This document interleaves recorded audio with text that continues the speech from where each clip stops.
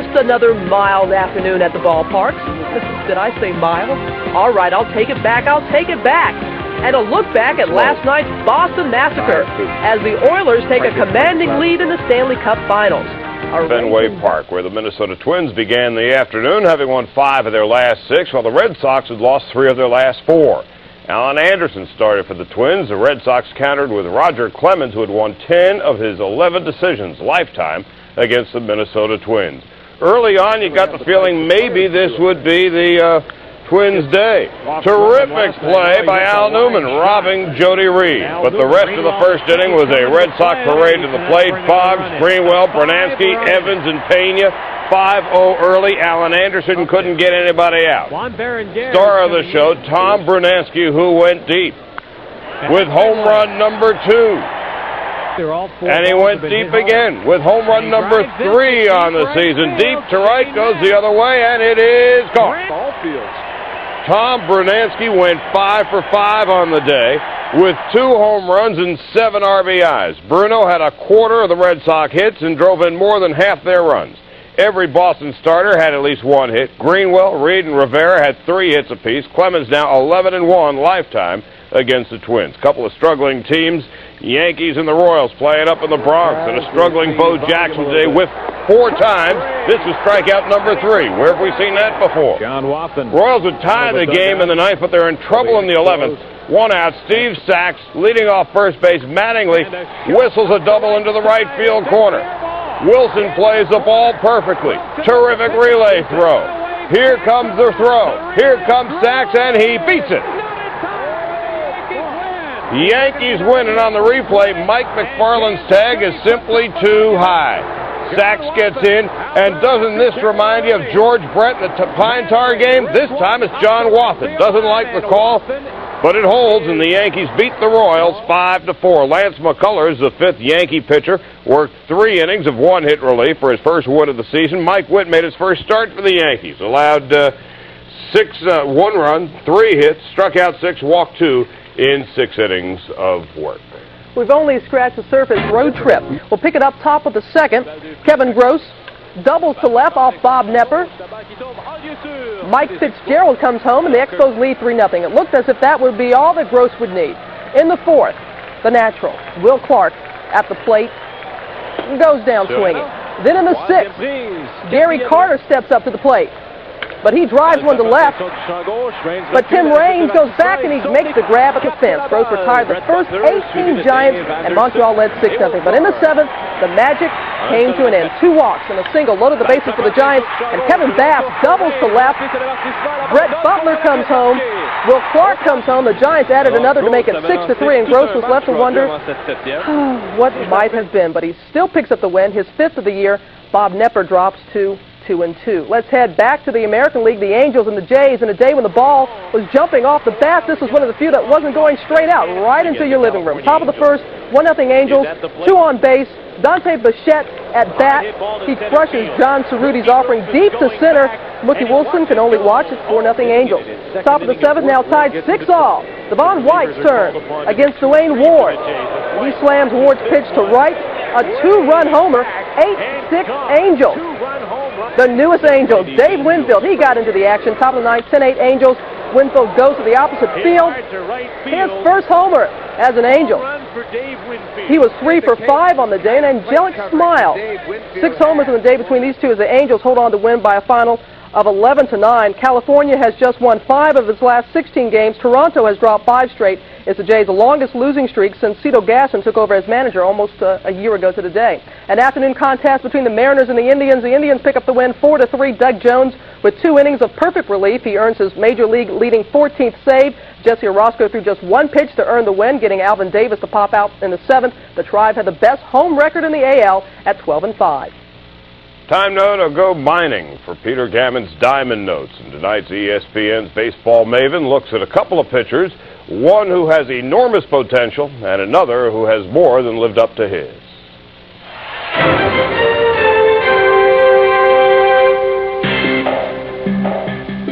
It's not written in stone that the Braves are going to take Austin, Texas high school pitcher Ton Van Poppel with the first pick in the draft on June 4th. Their first concern is signability. Van Poppel signed with the University of Texas and right now is asking for $500,000. Their second concern is history. High school pitchers are the biggest gamble in the baseball draft.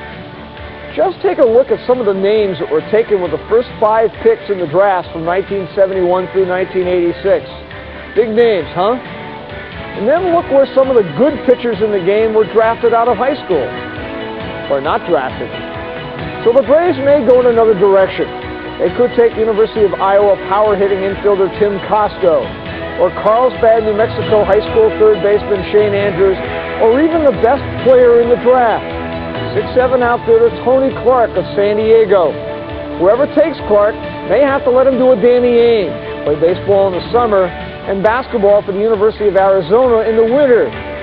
But if the Braves can pull off the Tom Glavine, Mike Greenwell trade they've been talking about this week, then they will take Van Poppel. And then they'll worry later about money and about history. Now that Dave Winfield has gone to California, will the Angels trade Devon White? There are a lot of people out there that think this guy is a lot closer to the next John Shelby than to the next superstar he was supposed to be. A nice outfielder. He's got a long swing, but he waves at everything. Chad Kreuter doesn't have a hit this season. Worse, for his career, he's got more than twice as many passed balls as RBIs. Which makes you wonder, why are the Rangers trying to develop young pitchers like Brian Bohannon, Kevin Brown, and Bobby Witt and have never gone out and gotten a catcher or a shortstop? Dan Petrie's wonderful 4-1 comeback is no fluke. He's hitting 90 on the gun, and his slider is back, thanks to finally getting a chance to pitch and minor adjustments in the way he breaks his hand and holds the ball. Petrie's success is testament to a pitcher doing things to help himself. He's a great fielder. He doesn't allow home runs. He doesn't allow one in 3 starts. He's tough to run on. He hasn't allowed a steal since last season. He's a great competitor. He's a student of the game. Some of these so-called great arms who can't figure out why they never win should sit back and watch Dan Petrie. This is Peter Gammons, ESPN. Weather in County Stadium today. Jose Canseco lofted a high fly ball which, yes, brought down rain. Folks hiding under the plastic. Dan Morrison, no place to hide, and no place to hide from this pitch that gets away from Stewart and hits him right on the shoulder. That sort of smarted. Tom Filer pitched, Terry Steinbach hit. This home run gave Oakland a 1-0 lead and triggered a 6-run barrage in the 4th inning, but then the rains came. The tarp was put down, but just minutes ago it was rolled up and they're about ready to resume baseball. Top of the 4th inning, and Oakland leads Milwaukee 6-0. Stewart's lifetime, by the way, is 10-1 against the Brewers. The Dodgers at home going for 5 in a row against the Phillies' Dennis Cook, and they got off on the right foot. Runners on 2nd and 3rd in the bottom of the 2nd, and Alfredo Griffin singles into right field. Von Hayes' throw not in time. Hubie Brooks and Mike Sharperson both score. The Dodgers now lead at 3-0. Dennis Cook went into this game leading the National League in earned run average. 2 of the 3 runs against him have been earned. Mets against the Padres, and this one out in San Diego, and Kevin Elster here working against Andy Benes, and Kevin Elster, whose batting average is so far below the Mendoza line, he's had to wave his Willie Miranda rights, hits out a 3-run dinger, and the Mets lead this one 3-1. David Cohn working against Andy Benes in that ballgame. The Pods have already made 2 errors.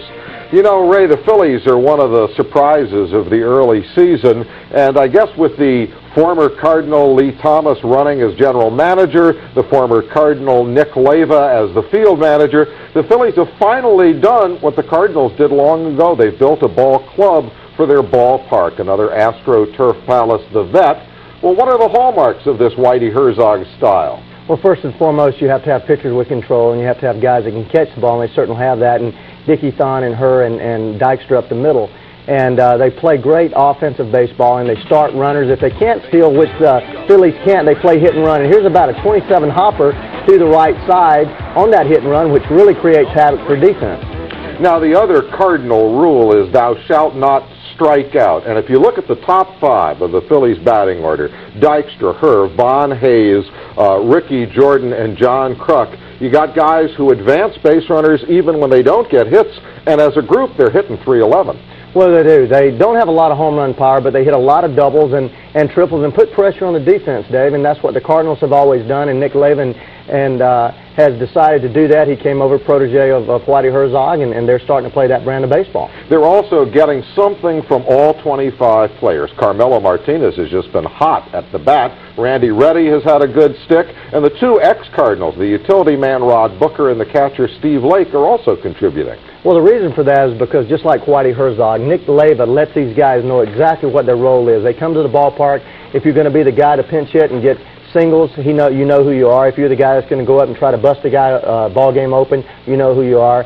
The middlemen know who they are, and the stopper knows who he is. So great communication for Nick Lavin's ball part, and their ball club's starting to show that. So the clubs who are asking, who are these guys about the Phillies? Ask the Phillies. They know who they are. Coming up, we've got more National League highlights. Charlie Steiner is going to join us with some of them.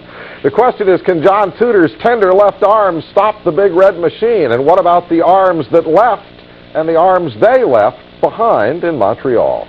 But first, let's look inside the numbers and see three causes for that turnaround effect in Philadelphia. The 1990 Phillies have picked up 8 games on last year's team by raising their batting averages 20 points, lowering their ERA of half a run, and cutting down on home runs by 30%.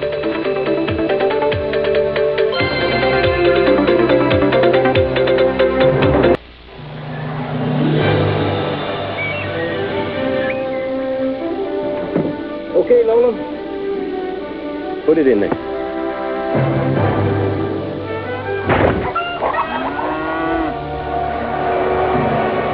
Nolan, are you still throwing outside? She's right. Try low and inside.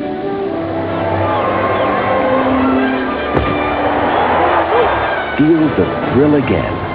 Join us at the ballpark. The preceding message was furnished by Major League Baseball.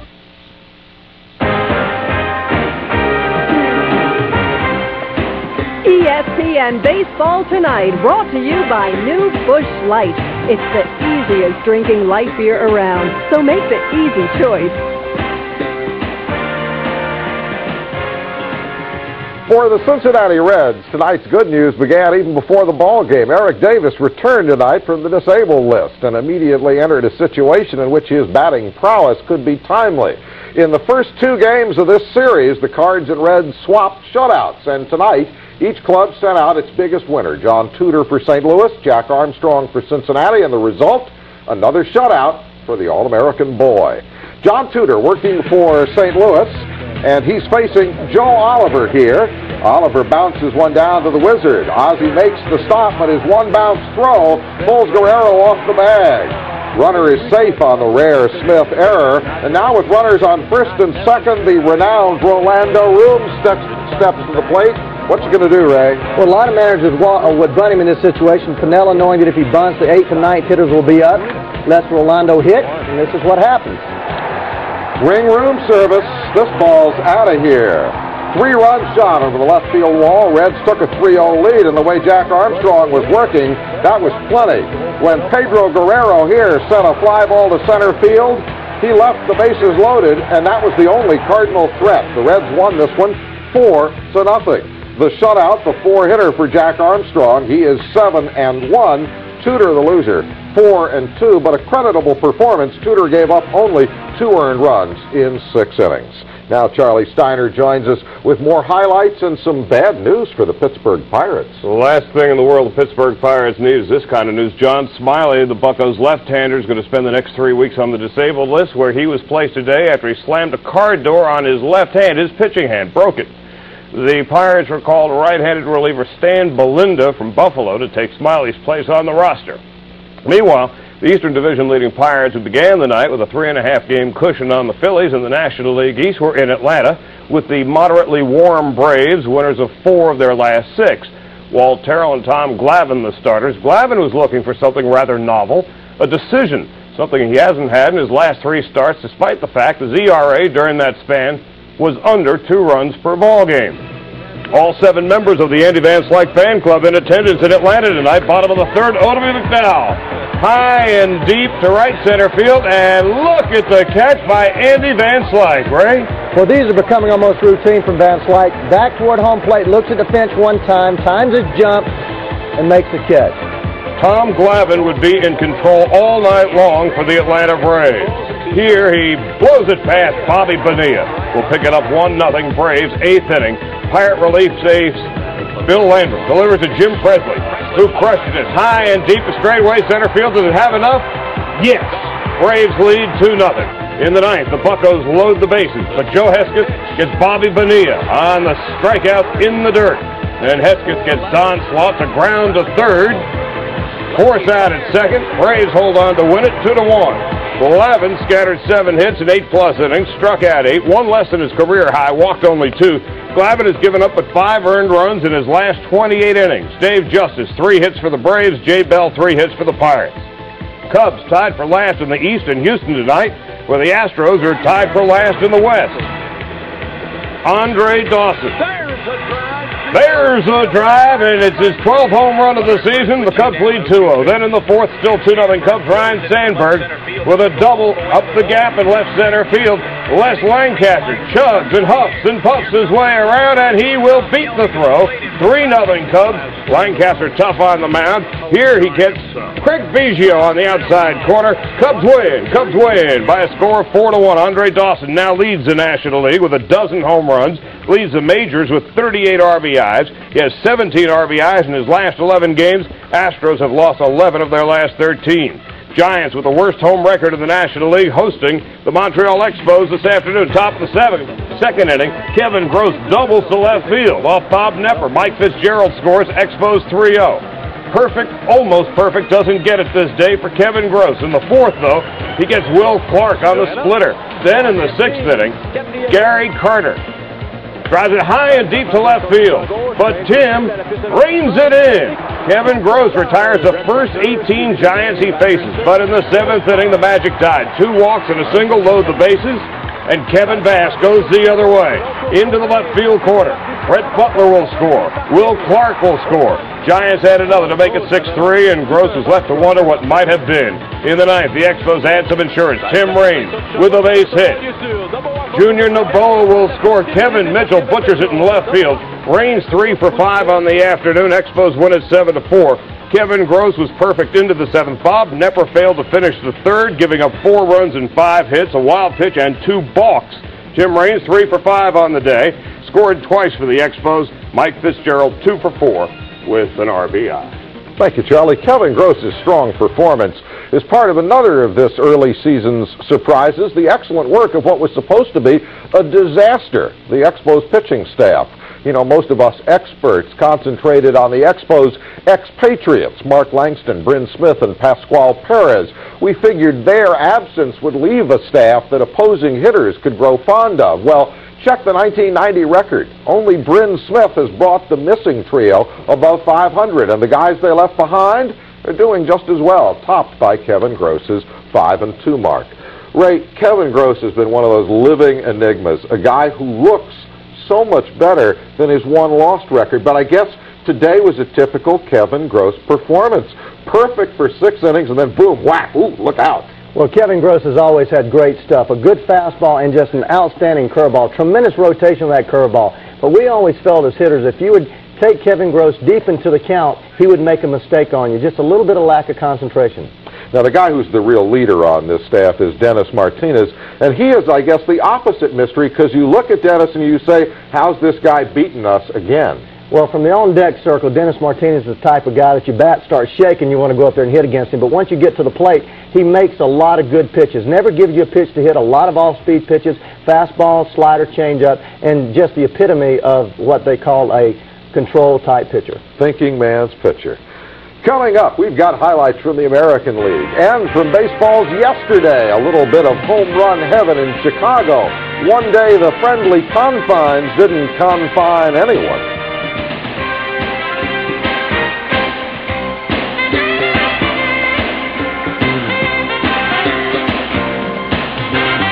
It's a game like no other. It's Mickey and Willie. It's Daffy, Dizzy, and Doc. It's 3 and 2, and it's him against you. It's the one and only. It's baseball. And now you can enjoy all the excitement of your favorite game in an exceptional new library of fine books, World of Baseball. This magnificent series touches all the bases, from the early days to your latest heroes, with memorable photography, fascinating stat graphics, and colorful writing that captures the game as never before. Call this number now and start out right at home with a free 10-day preview of The Sluggers, a power-packed volume that takes a great look at the big hitters through the ages. If you don't agree that it's a sure hit, simply return it and pay nothing. There's no risk. Keep it and it's yours for the low introductory price of only $14.95. Other valuable editions will follow every other month. Cancel at any time. Satisfaction guaranteed. Call the number on your screen now and start your free preview of The Sluggers, the first edition of the finest baseball library ever published. Sunday night, see Bo run, see Bo hit, see Bo catch. While Plattsburgh's sleeping, Quinn Realty is burning the midnight oil, working hard to sell homes. That's why Plattsburgh wakes up to find more and more Quinn Realty signs in neighborhoods all over town. It's simple. Quinn Realty works harder to sell homes. Let us list yours. Quinn Realty, Plattsburgh's hometown real estate firm.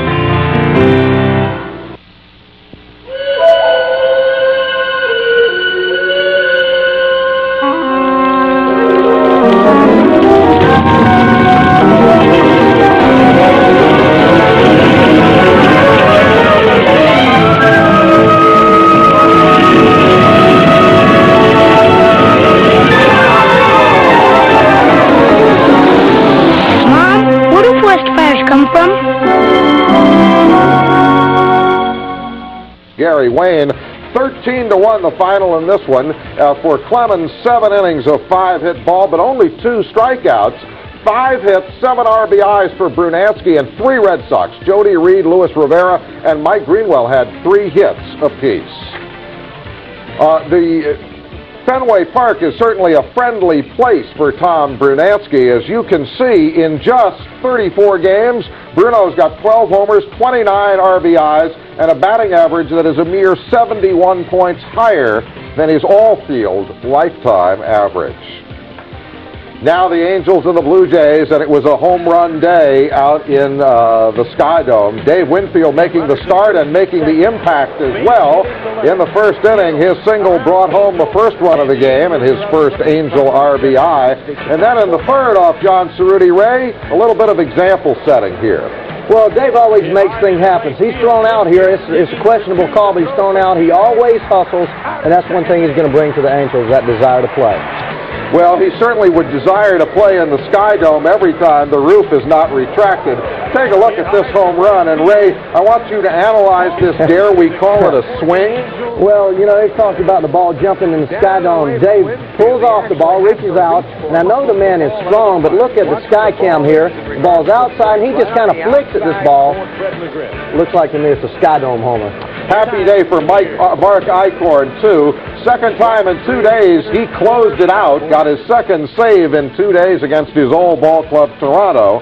And the final in that one is 11-9. 6 home runs in this game, 4 by the Angels. And Junior Felix had a home run, a double, and 2 singles for Toronto, and 3 RBIs. In Cleveland, the Indians held on to beat Seattle 4-3 as Jesse Orozco picked up the win in relief for John Farrell.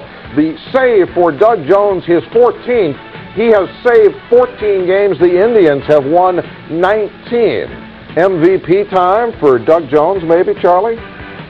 He has been a shocker. I mean, here's a guy who was, 32, 33 years old before he finally made it to the big time, and now he's the #1 reliever in the American Love it when a fat man succeeds. You and me both. The Chicago White Sox continue to be the biggest surprise in the American League. Starting the night, 9 games over 500, just a game and a half behind the A's in the American League West. Tonight they were hosting the Tigers, who have no place to go but up in the American League East. Things haven't gone well, though, for Chicago's Jack McDowell, who came into the game with an ERA of over 5, an unseemly number. So McDowell opted to change his uniform number from number 40 to number 29. Meanwhile, the Tigers called on their veteran Frank Tanana, who is a career 25-game winner against the Chicago White Sox. Top of the third, Tigers leading 1-0 and threatening, but Jack McDowell blows it past Lou Whitaker and Lloyd Mosby. And finally, Cecil Fielder strikes out the side, gets out of it. Bottom of the fourth, Yvonne Calderon sparks the offense, taking Frank Tanana high and deep, and the mad rush is on for an upper deck home run. Get out of the way! It's there somewhere. 2-1, Sox lead. But the Tigers battle back. Lou Whitaker 0 for 21 until this at-bat. Sends it high and deep to right field, a 2-run shot, and it is gone. Tigers lead by a score of 3-2. Top of the sixth, with the bases loaded, game tied at 3. Gary Ward, line drive, base hit into center field. Cecil Fielder scores, and Tracy Jones scores. Tigers up 5-3, go on to win it 6-4. Tanana improves his lifetime record over the Sox to 26-13. Whitaker with the 2-run home run, Gary Ward 3 RBIs. Tigers win their 5th in a row. Couple of disappointing teams mixing it up in the Bronx this afternoon. Yanks and Royals, an unfamiliar sight. George Brett in right field for the first time in 7 years. A familiar sight. Bo Jackson breaking his bat on one of 4 strikeouts, right?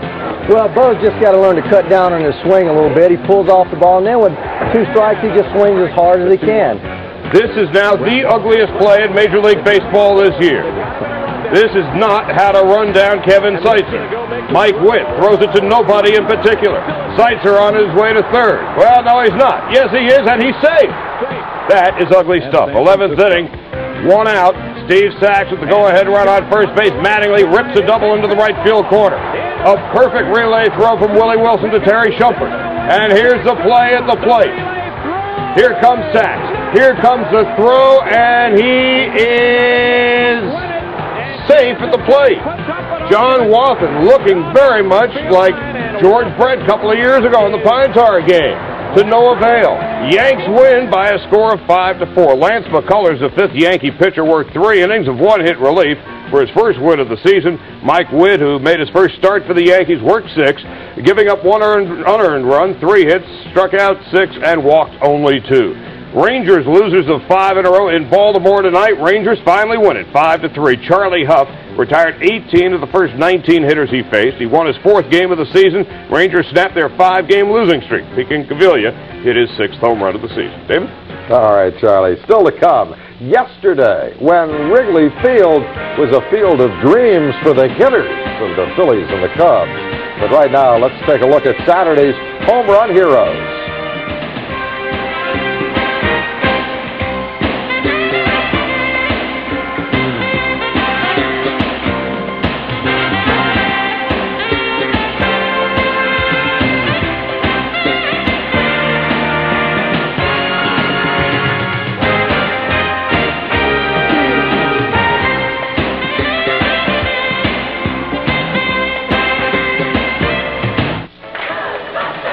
If you want to see the movie Ghostbusters 2, you can see it on both Showtime and HBO. But if you want to see When Harry Met Sally, only Showtime has it.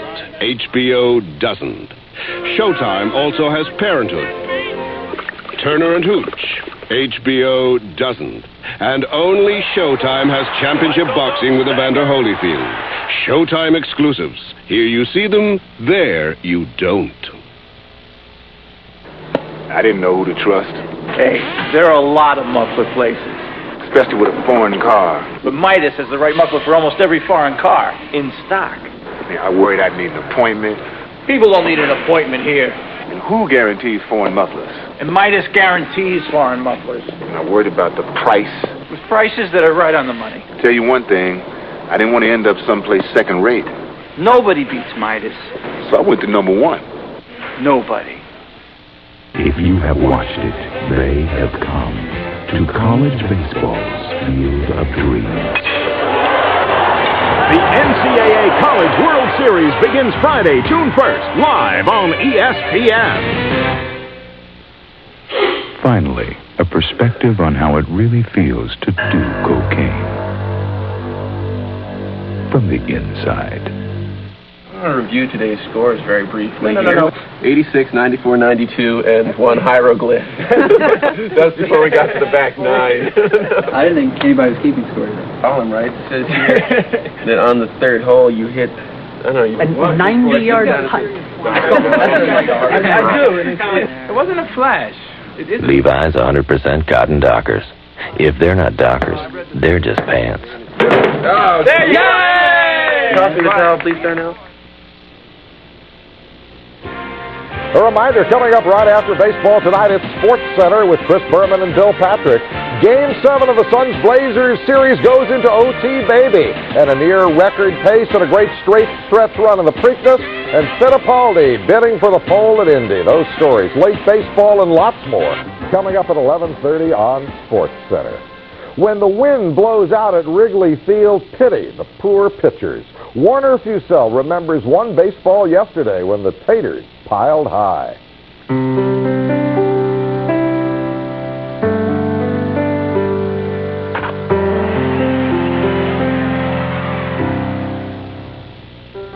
Within the wild and windy confines of Wrigley Field, strange things have been known to happen. And on May 17, 1979, everything did. For openers, the Phillies came out swinging and scored 7 runs in the top of the first. 6 of the runs coming off Cubs starting pitcher Dennis Lamb. I remember it was my wife's birthday, May 17th, and I told her I was going to go out and win. And by the time she got to the ballpark, I was sitting on the bench. I was out of the game. But Dave Kingman helped put the Cubs back in circulation in the bottom of the first. Backed by the first of his 3 homers, the Cubs cut the deficit to 7-6. But that was only the beginning. Just when Cub pitchers thought they were safe from any more outbursts, the Phillies stacked up their lead with 14 more runs in the next 4 innings. Here comes Rose in the score, 21-9. But even a 12-run lead wasn't safe. Not after the Cubs got through with Tug McGraw. The elements at Wrigley Field were at their best that day. I always thought this stadium was haunted anyway, and it was just one of those games where pitchers cringe when they have to warm up to come into the game, because no matter how well you think you're going to be able to pitch, it seems like once you get out on that mound, something's going to go wrong. High fly ball deep to center field. It's going, and you can kiss it goodbye. 7 runs here in the 5th inning. It's now 21-16. You got to be kidding. Both sides scored more, and the game was tied at 22-22. Then in the top of the 10th, Mike Schmidt untied it when he cracked the game's 11th home run. There's a high fly to left. Look out now. Look out. It's gone. It's a home run by Schmidt. Oh, brother. Mike Schmidt has just gotten his 2nd home run of the day, and now the Phillies lead in this ball game by a score of 23-22. Schmidt's homer gave the Phillies the victory and capped a 4-hour slugfest that set 3 Major League records and featured 45 runs and 50 hits, 23 of which went for extra bases.